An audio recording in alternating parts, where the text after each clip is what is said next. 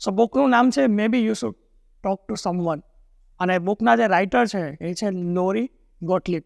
એ પોતે એક સાયકેટ્રિસ્ટ છે અને એને એક સાયકેટ્રિસ્ટની જરૂર પડે છે. એટલે આપણને એવું લાગે ને કે ડૉક્ટરની જરૂર પડે. સર્જન હોય એ પોતે સર્જરી ના કરે, એને બીજા પાસે જ જવું પડે પ્રોબ્લેમ હોય તો. જે ડેન્ટિસ્ટ હોય એના દાંતમાં રૂટ કેનાલ થાય તો એ જાતે ના કરે, એને બીજા ડેન્ટિસ્ટ પાસે જવું પડે. એવી જ રીતે સાયકેટ્રિસ્ટની લાઈફમાં એવો પ્રોબ્લેમ આવે છે તો એ પણ બીજા પાસે જાય છે, એ પણ સાયકોલોજીસ્ટ હોય છે. તો આખી બુકમાં એ રીતનું એના પેશન્ટ જોડેની જર્ની અને એની પોતાની જર્ની આખી શેર કરે છે. તો આજનો રિવ્યૂ શરૂ કરો પહેલાં હું મારું નામ કીધું. મારું નામ છે Amit Patasana, full time business coach અને પાર્ટ ટાઈમ સ્ટોરી ટેલર. હું શું કહું છું, મારે છે ને ઘણા સમયથી તમને બધાને એક વાત કેવી છે, પણ ખબર નથી પડતી કે વાત કહું કેવી રીતે. પછી મને થયું કે ચાલો હું ગૂગલમાં સર્ચ કરી લઉં. અમુક લક્ષણો મને દેખાતા હતા, એ બધા મેં ગૂગલમાં સર્ચ કર્યા કે મને આવું થાય છે. તો મને ગૂગલે સજેસ્ટ કર્યું કે તમને કદાચ એન્ઝાયટી કાં તો ડિપ્રેશન હોઈ શકે.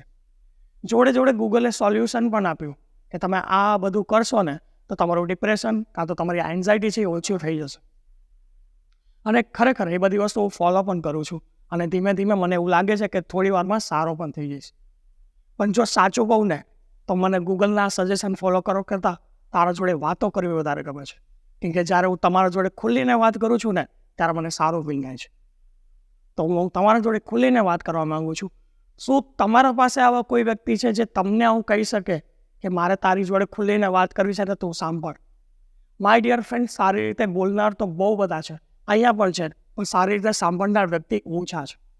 તો આપણે સારી રીતે સાંભળનાર વ્યક્તિ બનવાનું છે. જો કોઈકની વાત ખાલી સાંભળી લેશું ને તેનું અડધું સોલ્યુશન થઈ જશે. આપણે છે ને જનરલી સોલ્યુશન આપવાની ટ્રાય કરીએ. કોઈક કંઈક વાત કહેવા જતું હોય ને એટલે આપણે તરત સોલ્યુશન આપી દઈએ એની વાત કાપીને, પણ ખરેખર એને સોલ્યુશન નથી જતું. એને એટલું જ જોઈએ છે કે તમે મારી તકલીફ સાંભળો. તો આ બધી સ્ટોરીમાં એ જ વસ્તુ કહેવામાં માંગે છે કે તમે ખાલી સાંભળી લેશો એટલે સોલ્યુશન આવી જશે. તો તમારે કોઈ સોલ્યુશન લાવવાની જરૂર નથી. Just be a good listener. May be you should talk to someone. અને ઘણીવાર એવું થતું હોય કે આ બધી વસ્તુ કોને કહેવા જવી, બરાબર છે? તો કોઈને ના કહી શકો તો આવી બુક રીડ કરી નાખ, બરાબર છે? એક કવિતા મેં લખી હતી કે મને દિશા બતાવવાની જવાબદારી તારી, એ દિશામાં માર્ગ બનાવવાની જવાબદારી મારી. મને લક્ષ્ય બતાવવાની જવાબદારી તારી, એ લક્ષ્યને હાસિલ કરવાની જવાબદારી મારી. હિંમત રાખવાની જવાબદારી તારી, દરેક કામને આસાન કરી દઈશ એ જવાબદારી મારી. સંકલ્પ લેવાની જવાબદારી તારી, સંકલ્પ વચ્ચે બીજો કોઈ વિકલ્પ નહીં આવે એ જવાબદારી મારી. તમારા પાસે જો આવો વ્યક્તિ હોય તો એને પકડી રાખજો, અને જો ના હોય તો ગોતી લો. અને વ્યક્તિ બનવા તમે બની પણ શકો છો બીજા માટે. કદાચ તમારી પાસે એવા વ્યક્તિ હશે કે જે તમને સાંભળે છે, પણ તમે જો એવા વ્યક્તિ બનો કે જે તમે બીજાનું સાંભળો તો વધારે સારું રહેશે. મે be you should talk two સમવનમાં જે જર્ની છે, આમાં કેવું છે, અહીંયા બધું આ નવું છે, ડિપ્રેશન ને એન્ઝાયટી ને આ બધી વસ્તુ. યુએસએમાં ને એમાં જનરલી લોકો છે ને 50% ઓફ પીપલ થેરાપિસ્ટ રાખે અને રેગ્યુલરલી એના થેરાપિસ્ટને મળતા રહેતા હોય ને સેશન ચાલતા રહેતા હોય. અહીંયા કોઈ કેવું કહેશે ને તો આપણે એને ગાંડા ગણી લેશું. કેમ ખબર છે? એવું નથી. થેરાપિસ્ટ રિલેટેડ લોકોને અવેરનેસ નથી, બરાબર છે? હું પોતે બિલીવ નથી કરતો કે થેરાપિસ્ટમાં શું જાઉં, આપણે દોસ્તાર જોડે ટાઈમ સ્પેન્ડ કરશો એટલે સારું ફીલ થઈ જશે. પણ બહારની કન્ટ્રીમાં આ બધી વસ્તુને બહુ સિરિયસલી લેવાય છે. કેમ કે છે ને mental health is equally important as well as physical health. આપણે જે ફિઝિકલ હેલ્થ માટે બહુ ઘણું બધું કરતા હશું, એક્સરસાઇઝ કરતા હશું, બરાબર, સ્વિમિંગ કરતા હશું, રેગ્યુલરલી કંઈક ને કંઈક ડાયટ પણ ફોલો કરતા હશું, પણ મેન્ટલ હેલ્થ માટે આપણે કંઈ નથી કરતા. અત્યારે જે એક્ટિવિટી કરી રહ્યા છે ને આપણે, એ મેન્ટલ હેલ્થ માટે છે, બરાબર છે? આપણે કેમ સારો નાસ્તો આપણે કરીએ શરીરને તો શરીરને સારું લાગે, તો સારું વાંચન અને સારા વિચારો આપણે લઈએ એ મન માટે સારું છે. મન માટે પણ કંઈક કરવું જરૂરી છે. તન અને મન દરેકે દરેક વસ્તુ સારી રહેશે તો વધારે સારી રીતના રહેશે. એમ જોવા જાય તો બુકમાં એવી રીતે બેલેન્સ કરવામાં આવ્યું છે કે ફિઝિકલ હેલ્થ અને મેન્ટલ હેલ્થ બંને ઇક્વલી ઇમ્પોર્ટન્ટ છે. પણ મારું માનવું એવું છે ફિઝિકલ હેલ્થ કરતાં મેન્ટલ હેલ્થ વધારે જરૂરી છે. કેમ કે જો તમારું માઇન્ડસેટ પરફેક્ટ હશે ને તો બધું પરફેક્ટ હશે. જસ્ટ ઇમેજિન કરો કે આપણે કોઈ પણ બિઝનેસમાં કે કોઈ પણ પ્રોફેશનલ લાઈફમાં કે પર્સનલ લાઈફમાં ગ્રો થવા માટે છે ને 3 પેરામીટર બહુ જરૂરી છે. First parameter is your skills અને ટેલેન્ટ. બીજું પેરામીટર આવશે તમારી લાઈફ, પર્સનલ લાઈફ અને સોશિયલ લાઈફ. અને ત્રીજું પેરામીટર આવશે તમારું પ્રોફેશન. આ 3 પેરામીટરમાં તમે એકદમ સ્કિલફુલ હશો, તમારી લાઈફ પણ એકદમ પરફેક્ટ હશે. જો તમારું પ્રોફેશન ખોટું પકડાઈ ગયું હશે તો તમે આગળ નહીં વધી શકો. ઘણા લોકો એવા હશે જે લાઈફમાં ડગમગાતા હશે, પણ પ્રોફેશન બહુ પરફેક્ટ હશે, સ્કિલ્સ પણ બહુ જોરદાર હશે, પણ લાઈફમાં ઇસ્યુના લીધે એ લોકો ગ્રો નથી કરી શકતા. એવા ઘણા બધા એક્ઝામ્પલ હશે કે તમને એવું લાગતું હશે કે આ માણસમાં કેટલું જબરદસ્ત સ્કિલ છે, કેમ આ આગળ નથી આવી જતો, તો એના ક્યાંક ને ક્યાંક પાયામાં આ ઇસ્યુ આવ્યો હોય. જોકર, તમે ખબર છે સર્કસમાં જે જોકર હોય એ 3 બોલ એક સાથે જગલિંગ કરતો હોય, તો જોતી વખતે કેવું મજા આવે, પણ જ્યારે આપણે કરવા જઈએ ત્યારે ડિફિકલ્ટ હોય. તો આ જે 3 અલગ અલગ પાયા છે ને એ બહુ ઇમ્પોર્ટન્ટ છે. તો આ બુક તમે જો વાંચશો કાં તો સાંભળશો, કુકુ એફએમમાં પણ અવેલેબલ છે, તો તમને ખ્યાલ આવશે કે કઈ રીતના આપણે ગ્રો કરી શકીએ આપણી લાઈફમાં. It's not about depression and anxiety, એ બહુ મામૂલી વસ્તુ છે. It's all about listening. જો તમે લિસનિંગ સ્ટાર્ટ કરી દેશો લોકોનું, આપણે એવું છે કે આપણું કોઈક સાંભળે, આપણે કેટલાનું સાંભળીએ છીએ એ પહેલાં પૂછવાનું છે આપણી જાતને. સો મે be you should talk two સમવનમાં. આ બધી વસ્તુ હું શીખું છું. અને એ જે બીજા સાયકેટ્રિસ્ટ પાસે જાય છે, જસ્ટ ઇમેજિન કરો કે આપણે કોઈક સાયકેટ્રિસ્ટ પાસે જઈએ છીએ, એ પોતે બીજાની હેલ્પ લે છે, તો આપણને કેવું ફીલ થાય કે આ વ્યક્તિ કેવો છે. જસ્ટ લાઈક બિઝનેસ કોચ, કે તમે કોઈક બિઝનેસ કોચ પાસે જાઓ છો, હું પોતે બિઝનેસ કોચ છું, અને તમને ખબર પડે કે હું પણ કોઈક બીજા પાસે શીખું છું, તો તમને કેવું થાય, આ પોતે શીખાવું લાગે છે. એવું નથી, દરેક વ્યક્તિ પાસે એક મેન્ટર હોય જ છે. તમારા ગુરુઓનો પણ એક ગુરુ હોય. કૃષ્ણ ભગવાનને પણ એક ગુરુ હતા, એ છે સાંદીપની. તો દરેક વ્યક્તિના એક મેન્ટર હોય છે. તમારે ડિસાઇડ કરવાનું છે કે તમારી લાઈફમાં કોઈ મેન્ટર છે કે નહીં. અહીંયા જે છે, હું એવું કહેવાનું નથી માગતો કે તમે સાયકેટ્રિસ્ટને હાયર કરો.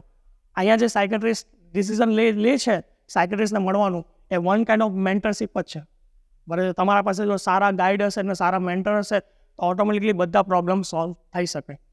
તો દરેક પેરામીટરમાં હેલ્થ છે, રિલેશનશિપ છે, કરિયર છે, એના રિલેટેડ તમારા પાસે અમુક મેન્ટર હોવા જોઈએ. અને મેન્ટર એટલે એવું નહીં ક્વોલિફાઈડ મેન્ટર, વિવેક બિંદ્રા, બરાબર, સંતોષ નાયર.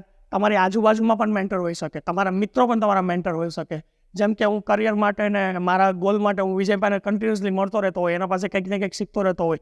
વિરેન્દ્રભાઈને કીધું નથી, પણ વિરેન્દ્રભાઈ પાસેથી બી ઘણું બધું શીખું છું. બરાબર છે.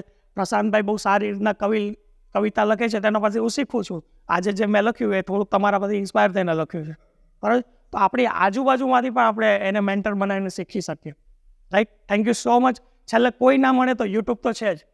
બરાબર છે. તમને ખ્યાલ છે કે યુટ્યુબ, ઇન્સ્ટાગ્રામ અને સોશિયલ મીડિયા જેટલા પણ પ્લેટફોર્મ છે, એમાં કેટલા વિડીયોઝ હશે એપ્રોક્સિમેટલી? તમે કદાચ 24 કલાક જોવાનું ચાલુ કરો તો કેટલા વર્ષે પચશે? What do you think? સવારથી સાંજ સુધી અને સાંજથી બીજી સવાર સુધી તમારે જોવા જ રાખવાના છે વિડીયો, તો તમે કેટલા સમયમાં પતાવી શકશો એ વિડીયો એપ્રોક્સિમેટલી? એક જિંદગી ઘટે એપ્રોક્સિમેટલી કેટલું તમને શું લાગે છે અંદાજે? 400 વર્ષ. 24 કલાક જોઈએ તો આપણે 2-3 કલાક જ જોઈએ છે, એટલે આપણે 2-3 હજાર વર્ષ લાગશે. અને નવાઈની વાત એ છે કે દર દિવસે 30 દિવસ એડ થાય છે.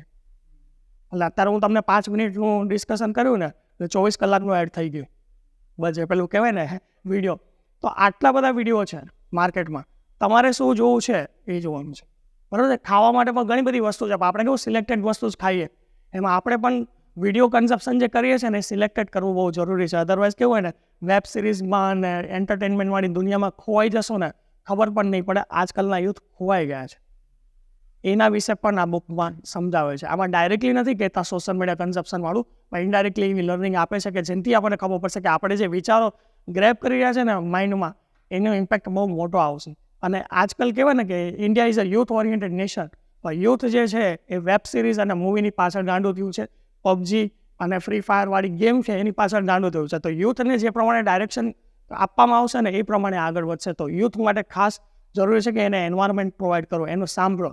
જેને સાંભળશો તો એને ગમશે. એને સાંભળનાર કોઈ નથી એટલે એવું લાગે છે કે એ વધારે પડતું વેબ સિરીઝમાં ખોવાઈ ગયો છે. તમે બધાને કમ્પ્લેન હશે કે તમારા બાળકો કે તમારી આજુબાજુ જે બાળકો હશે મોબાઈલ બહુ જોવે. બરાબર છે. મારો ક્વેશ્ચન તમને છે, તમે આજે ચેક કરજો, ડિજિટલ વેલબિંગ કરીને સેટિંગમાં આવશે, એ તમે નંબર ઓફ અવર્સ કેટલા સ્પેન્ડ કરો છો? તમારા બાળક કરતાં વધારે જ હશે. અને ના હોય તો મારું નામ બદલી નાખીશ. એટલે બાળક તમને ઓબ્ઝર્વ કરીને જોવે છે. બરાબર છે. તો આ બધી વસ્તુ છે. હું પોતે સોશિયલ મીડિયાનો વધારે યુઝ કરું છું, કારણ કે અમારું કામ એ છે. તો મારી ડોટરને પણ આદત પડી ગઈ છે મોબાઈલની. હવે હું ઘરે જાઉં છું તો એને પહેલાં સ્ટોરી કહું છું, મોબાઈલ સાઈડ પર મૂકું છું, તો ધીમે ધીમે એની આદત ઓછી થાય છે. તો આપણે જેવું એન્વાયરમેન્ટ પ્રોવાઈડ કરશું એવું થશે. તો આ બુકમાં આ બધી વસ્તુ તમને શીખવા મળશે. રીડ કરશો તો સારું, કારણ કે મને આ બધી વસ્તુ જાણવી ગમે એટલે મેં આવું એક કહ્યું કે may be you should talk to someone, કારણ કે મને ટાઇટલ જ એટલું એટ્રેક્ટિવ લાગ્યું. અરે વાહ, આ કહે છે કે તમે કોઈકના જોડે વાત કરો. બાકી જનરલી કોણ કે આપણે કોઈકને વાત કરીએ, કોઈને કહેતો નહીં, કોઈક કહેશે દાંડા. બરાબર. Thank you so much. That's my time.